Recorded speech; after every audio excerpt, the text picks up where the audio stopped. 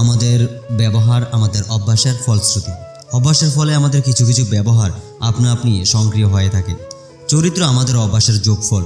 ভালো অভ্যাস যেমন আমাদের অনেক দূর নিয়ে যেতে সাহায্য করে, তেমনি আমাদের খারাপ অভ্যাসগুলি পদে পদে আমাদের অবনতির দিকে নিয়ে যায়, যা আমাদের জীবনকে দুর্বিষহ করে তোলে। অভ্যাস একদিনে কখনো তৈরি হয় না, ভালোই হোক আর মন্দই হোক।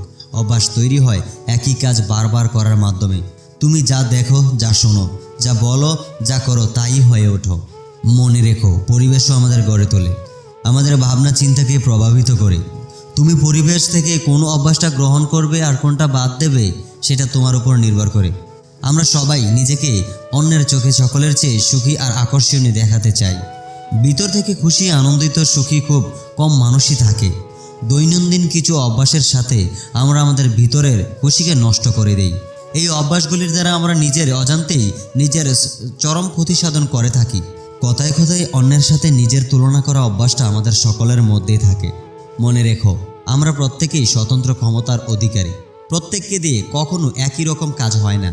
তুলনা আমাদের ভিতর এক প্রকার হীনমন্যতার জন্ম দেয়। একজন সাধারণ ব্যক্তি অন্যের সাথে নিজের তুলনা করে কখনো উঁচু জায়গায় পৌঁছাতে পারে না, কারণ তুলনা কখনো তাকে হতাশ করবে, কখনো হয়তো বা আপলোড করবে। দুটিই মারাত্মক, দুটোই আমাদের ভিতরের কর্মক্ষমতাকে স্থিমিত করে দেয়, নতুন করে চিন্তা ভাবনা করার ক্ষমতা কেড়ে নেয়। উচ্চ আত্মমর্যাদা বোধ সম্পন্ন ব্যক্তি কখনো অপরের সঙ্গে নিজের তুলনা করে না। তারা নিজের কাউকে উন্নত করার চেষ্টা করে, তাদের প্রতিযোগিতা নিজের সঙ্গেই। তারা তুলনা করে তাদের সামর্থ্য এবং সামর্থ্য অনুযায়ী কতটা কাজ করতে পেরেছেন তার সঙ্গে। তাই তুলনা করার অভ্যাসটা ত্যাগ করো। নিজের ক্ষমতার উপর বিশ্বাস রাখো আর এগিয়ে যাও। মনে রাখবে, তোমার প্রতিযোগী তুমি নিজেই। ভয় দুই ধরনের হয়, একটা হলো প্রকৃত ভয় আর অন্যটা হলো কাল্পনিক ভয়। জঙ্গলে তুমি হঠাৎ বাঘের সম্মুখীন হলে, সেই সময় তোমার ভিতরে যে ভয়ের সৃষ্টি হবে, সেই ভয়টা স্বাভাবিক, কারণ ওই সময় তুমি যদি নিজেকে বাঁচানোর চেষ্টা না করো, তবে হয়তো তুমি মৃত্যুর মুখে পতিত হবে। তখন আর ভয় পেতে হয় না, তোমার শরীরে স্বাভাবিকভাবেই ভয়ের সঞ্চারণ ঘটে। কিন্তু কাল্পনিক ভয় হলো আমাদের দ্বারা ইচ্ছাকৃত তৈরি করা ভয়, যেখানে আমরা নিজেরা ভয় তৈরি করে আরও ভয় পাই। ভয় সত্যি এক শক্তিশালী ক্ষমতা। মানুষ জীবনে যা পেতে চায়, ভয় তা পাওয়ার পথে নানাভাবে প্রতিবন্ধক হয়ে দাঁড়ায়। ভয় থেকে আসে নিরাপত্তার অভাব। ভয় আমাদের সম্ভাবনা ক্ষমতাকে নষ্ট করে দেয়। আমাদের মধ্যে অনেকেই আছে যারা নিয়মিত ভয়ের কারাগারে বন্দি করে রেখেছে নিজেদের। কখনো ব্যর্থতার ভয়ে, কখনো অজানার ভয়ে, কখনো প্রত্যাখ্যাত হওয়ার ভয়ে, কখনো ভুল সিদ্ধান্ত নেওয়ার ভয়ে, কখনো প্রিয়জনদের হারানোর ভয়ে। ভয় পাওয়াটা অভ্যাসে পরিণত হয়ে যায়। যখন আমরা সঠিকভাবে বিষয়টিকে না দেখে তাতে কল্পনার প্রলেপ লাগাই, ভয় পেলে সেই ভয়ের বিষয়টি বোঝার চেষ্টা করো। তুমি বুদ্ধি প্রয়োগ করে দেখো সেইখানে আদৌ ভয়ের কোনো কারণ আছে কি না।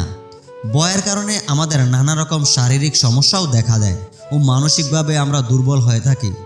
মানুষ অন্যের সমালোচনার মাধ্যমে একটা দারুণ আনন্দ অনুভব করে, নিজেকে অন্যের থেকে ভালো আর বড় মনে করে আনন্দ পায়। এটা আসলে মানুষের অহংকার বোধ থেকেই আসে। আমরা সত্যি খুব তুচ্ছ ও ক্ষুদ্র চিন্তা নিয়ে অন্যের জীবনকে দেখি। অন্যের জীবনে ঘটে যাওয়া কোনো ঘটনাকে আমরা আমাদের ক্ষুদ্র দৃষ্টিভঙ্গি থেকে বিচার করি, অথচ আমরা কতই বোকা। দেখো, আমরা যা ভাবি সেটা তো সংকীর্ণ অবস্থায় সীমাবদ্ধ হবেই। তুমি যা শোনো বা দেখো বা যা দেখে এসেছো, তার উপরে তোমার বিচার তৈরি হয় তোমার মনে। যা জানো না বা দেখোনি, তাই নিয়ে তুমি কখনো ভাবতে পারো না বা ভাবতে চাও না যে এটাও হতে পারে। সুইস মনোবিদ কার্ল ইয়ুং বলেছিলেন, চিন্তা করাটা কঠিন, আর তাই বেশিরভাগ মানুষই নিজের ধারণা দিয়ে অন্যকে বিচার করে বসে। পরিস্থিতির সঠিক বিশ্লেষণ না করে সোফায় গা হেলিয়ে টিভির রিমোট নিয়ে অন্যের সমালোচনা করার খুবই সহজ একটা কাজ। এই কাজটি একদিন আমাদের অভ্যাসে পরিণত হয়ে যায়, যা আমরা প্রতিনিয়ত করতে থাকি। অন্যের সমালোচনার মাধ্যমে আসলে আমরা আমাদের দুর্বলতাকে প্রতিষ্ঠিত করি। এই অভ্যাস আমাদের ভিতরে থাকা আমিটাকে নেতিবাচক আর বিচারক বানিয়ে দেয়, যা নিজেকে অসুখী বানানোর জন্যই যথেষ্ট। অন্যের সমালোচনার মাধ্যমে আসলে আমরা আমাদের স্বভাবকেই তুলে ধরি। আমরা যখন কোনো কাজ করে তার আশানুরূপ ফল লাভ না করি, তখনই কতগুলি অজুহাত দাঁড় করাইয়ে দেই, অথবা সেই কাজের সঙ্গে যুক্ত ব্যক্তি বা বস্তুর উপর দোষারোপ করি। ফলে আমাদের সমাজে দোষারোপ করাটা একটা অভ্যাসে দাঁড়িয়ে গেছে। আমরা আমাদের হতাশা, ক্ষোভ, দুশ্চিন্তা, ব্যর্থতা ও অসুখী থাকার কারণ হিসেবে সর্বদা অন্যকে দায়ী করি। অন্যের প্রতি দোষারোপের মাধ্যমে আমরা আসলে আমাদের জীবনের দায়িত্ব কর্তব্যের প্রতি অবহেলা প্রকাশ করি। অন্যের উপর দোষারোপের ফলে কখনো আমাদের ভুলটা দেখতেই পাই না, ফলে আমাদের জীবনের গতি থেমে যায়, নতুন কিছু শেখার রাস্তা বন্ধ হয়ে যায়। অন্যকে দোষারোপ করে কখনো তুমি সুখী হতে পারবে না। হয়তো অনেক সময় অনেক পরিস্থিতির পেছনে সত্যিই অন্য কারোর দোষ থাকে, কিন্তু আমাদের উচিত সেখান থেকে নিজেকে বের করে এনে নিজের জীবনের দায়িত্ব নেওয়া আর নিজেকে সমৃদ্ধ আর সুখী করে তোলা। আসলে দোষারোপ করার মাধ্যমে আমরা আমাদের শক্তির অপচয় ঘটাই, আর এর ফলে আমাদের চরিত্রের দুর্বলতা প্রকাশ পায়। যখন তুমি অন্যের উপর দোষারোপ করা বন্ধ করবে, তখন তোমার ব্যক্তিত্বের বিকাশ ঘটবে। এরপর থেকে তুমি যখন কোনো বিষয়ে আপসেট থাকবে, তখন তোমার সামনে দুটো রাস্তা খোলা পাবে। হয় তুমি সেই কারণের জন্য অন্যের উপর পুরো দোষ চাপিয়ে ক্ষান্ত হবে, নয়তো সেইখান থেকে নিজের উপর কাজ করে সেই পরিস্থিতি থেকে নিজেকে বের করে নিয়ে আসতে। আমাদের আরেকটা বাজে অভ্যাস হলো কথায় কথায় নিজেকে ছোট মনে করা। এটি নিঃসন্দেহে একটি খারাপ অভ্যাস, যা আমাদের ব্যক্তিত্বকে অন্তঃসারশূন্য করে তোলে। আমরা আমাদের দৈনন্দিন জীবনে চারপাশে ঘটে যাওয়া ঘটনার সঙ্গে নিজের তুলনা করে এই হীনমন্যতার জন্ম দেই। নেতিবাচক আবেগকে প্রশ্রয় দিতে দিতে এই হীনমন্যতা বোধ করার অভ্যাস দিন দিন বাড়তেই থাকে। আমি তো ওর মতোই সুন্দর নয়, আমার দ্বারা কখনোই এই কাজটি হবে না, আমার সাথে সবসময় এরকমই হয়, ওর কাছে কত কিছু আছে, আমার কি আর কখনো হবে সেগুলো ভেবে আর লাভ কি, ইত্যাদি কথা সারাদিন চলতে থাকে আমাদের এই মনে।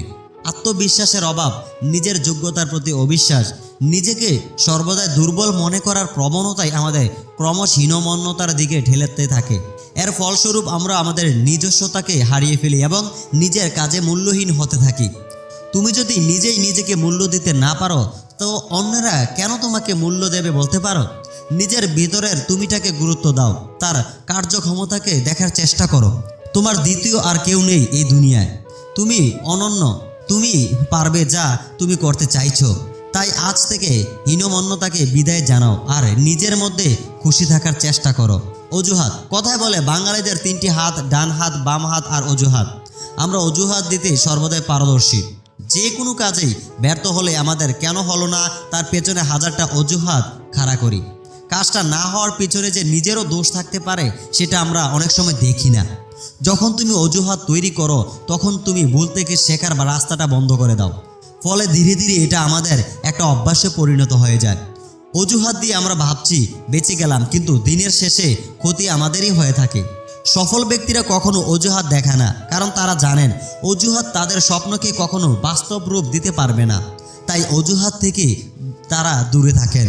তুমিও আজ থেকে অজুহাত দেওয়া অভ্যাসটি ত্যাগ করো আর এগিয়ে যাও তোমার স্বপ্ন পূরণের দিকে। অভিযোগকারীর সঙ্গে বেশিক্ষণ থাকতে কেউই পছন্দ করেন না।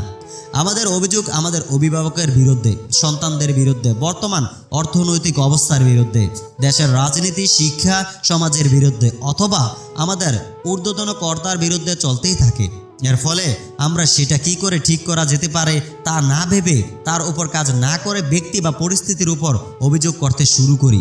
আমরা আমাদের বহুমূল্য সময় নষ্ট করতে থাকি অভিযোগ করার পিছনে। আমরা যদি আমাদের জীবনে ঘটে চলা প্রতিটা ঘটনার দায়িত্ব নিজে নিই, তাহলে হয়তো আমাদের অভিযোগ করার সুযোগ আসবে না। জীবনকে সম্পূর্ণভাবে অন্যরকম চোখে দেখতে হলে, আরও সুন্দর জীবন কাটাতে হলে অভিযোগ করার অভ্যাস ত্যাগ করতে হবে। বার্নার্ড শ যেমন বলেছিলেন, এই পৃথিবীতে যারা সফল কাম হয়েছেন তারা কোনো একদিনও উঠে দাঁড়িয়ে তাদেরই দাবি মতো তাদেরই প্রতি অনুসন্ধান করেছিলেন এবং যখনই না পেয়েছেন তখনই সেটি তৈরি করে নিয়েছিলেন। নিজেকে জাহির করা। কারণে অকারণে সুযোগ পেলেই আমরা নিজের কৃতিত্ব অন্যের সামনে তুলে ধরতে ব্যস্ত হয়ে পড়ি। আসলে কি বলতো, আমরা খুব কম সময়ের সকলের কাছে নিজের গুরুত্ব বাড়াতে চাই, আর সেই সঙ্গে চাই সকলেই যেন আমাকে বেশি বেশি সম্মান ও সমাদর করে। এটা তো গেলেও বাইরের কথাও, আমাদের প্রকাশ করার ভাষণা। কিন্তু তোমরা লক্ষ্য করলে দেখবে, বাড়িতে বা বন্ধুদের কাছে কিংবা পরিচিত মহলে কোনো বিষয়ে তর্ক বিতর্ক শুরু হলে আমরা নিজেকে জাহির করতে লেগে যাই। নিজেকে নির্ভুল প্রমাণ করার জন্য বাজে দরতেও পিছপা হই না। ফলে আমরা অহংকারের বশবর্তী হয়ে পড়ি, আর কিছু শিখতে পারি না। কিন্তু ভাবি না যে আমি যদি আমার ব্যক্তিত্বের উন্নতি চাই, তবে অন্যের সামনে নিজের কৃতিত্ব ফলাও করতে যাওয়া নিচু মনেরই পরিচায়ক। তাই প্রয়োজন ছাড়া নিজেকে জাহির করতে যাওয়ার স্বভাবটি আজই ত্যাগ করুন।